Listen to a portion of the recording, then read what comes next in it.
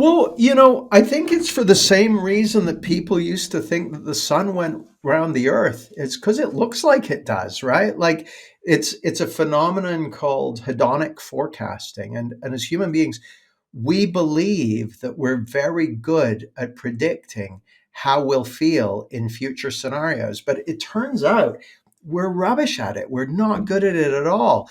And so, you don't really have, like, here's the thing. If you, it, if you ask almost anyone in our society, would you like to have a big bag of money? Would you like to win the lottery? That sort of thing.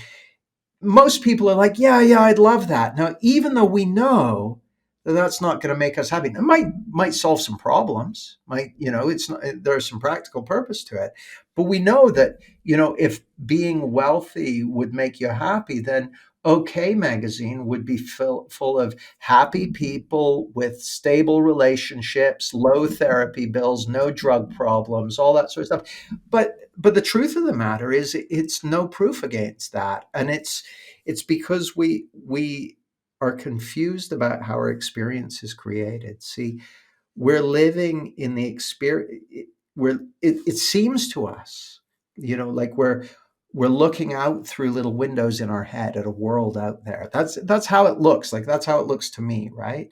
But what's actually going on is data's pouring in through our senses, and then our deeper psychological and neurological properties are going, what must be out there for me to be receiving this data?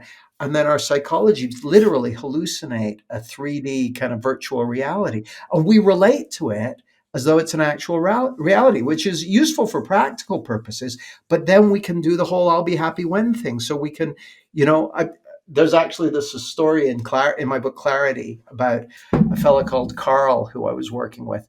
And Carl, he had for years had a dream of getting a Mazda sports car, this Mazda MX-5. And he was sure that once he had it, he would be happy and that would be it. He got it. And within a couple of weeks, he was like, oh man, it didn't work. I guess I needed a Ferrari. So I had a chat with him about this very thing. And he had an insight. He went pop. He suddenly realized, oh, you've been looking outside of you for something that can only come from within you.